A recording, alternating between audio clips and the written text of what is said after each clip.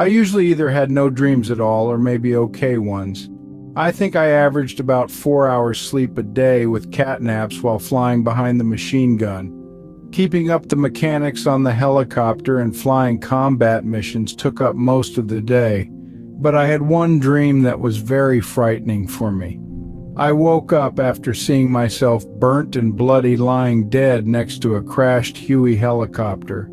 I was looking down at myself in full color from about 30 feet above. It was a very detailed dream, very real. I was stunned at how real it looked, and it had an effect on me, but why dream this up now? I figured I would be killed like this, but this dream almost made it real to me. But really, I was just dreaming. I am still alive. A second chance for me, I thought. After seeing that flying black object, I was beginning to think anything was possible. I started to talk about my dream seeing myself dead to the other combat flight guys. We were a very superstitious group after seeing so many crazy things happen in combat. Things like 2 guys killed on either side of you by an explosion, but not being killed or even touched yourself. Or getting hit right between the eyes from a stray bullet fired about a mile away and living through it or not. Weird. It wasn't a God that does things or not. If anything, luck is the word for God here. Some of the fellows said the dream was a warning of some sort. Maybe it was me subconsciously warning myself that my time was getting short.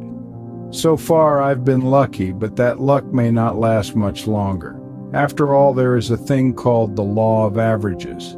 The more one subjects oneself to LZs, PZs, and medevacs, the more of a chance to be killed.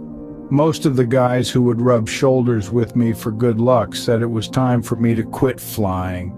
That I was in shooting situations almost every day for 8 months straight. Enough is enough. Quit while you're still alive instead of quitting because you're dead. Most everyone told me that. I didn't want to quit flying, but I figured that they were right. Someone told me I was overdue for an R&R and maybe I should go on one after a dream like I had.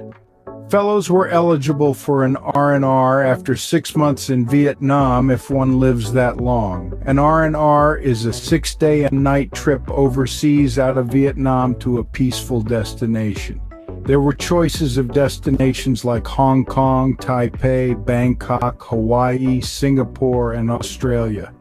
In Hawaii or Australia, one could not purchase a woman companion to sleep with and show one around, and to many GI sex was a big draw. I thought it would be nice to visit an exotic Asian land, but I was already in an Asian land that was about as exotic as it got. I also read a lot about Australia in my younger years, and at this time I had Ernie Sparham, an Australian, as my gunner. So I asked if I could sign up for an Australian R&R, and I was told yes, but I had to move fast before the slot was filled. I think the first sergeant was in charge of all of this. So, within 2 days I was standing on a runway, probably Bien Hoa, in line with my pants down with about 160 other GIs getting my penis inspected. A medic going down the line squeezed them all, and if pus came out, you couldn't go to Australia. Made sense. There was a lot of venereal disease in Vietnam. We got on a nice big jet, and about 9 hours later, we landed at Sydney Airport. I met a fellow Bob Forrester on the plane who I was in basic training with. It was great to see him alive and well. Bob and I arrived in Sydney, excited to explore this faraway place from Chicago. With our 35mm cameras in hand, we planned to capture the beauty of the city. Bob, with his different lenses, taught me a lot about photography.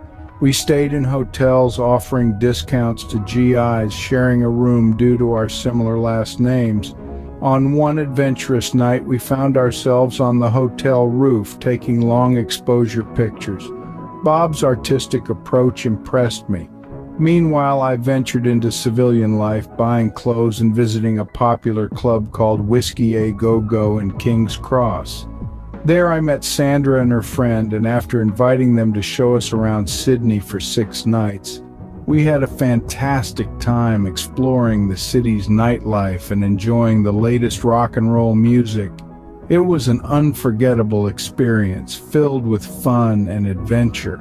Bob and I, having saved money for this R&R trip, spared no expense in enjoying the company of Sandra and her friend. We dined at expensive places, savored good food and drinks, and reveled in the vibrant atmosphere of Sydney. Despite the restrictions on GI's renting cars and the challenge of adapting to driving on the left side of the street, we made the most of our time, taking taxis everywhere. The Australian girls knew how to have a good time, and we cherished every moment of our 6-day adventure. However, as our R&R came to an end, the looming return to the ongoing war in Vietnam cast a shadow over our minds. The thought of missing the plane back crossed my mind, but I held on to the dream of opening a pizza joint in the future.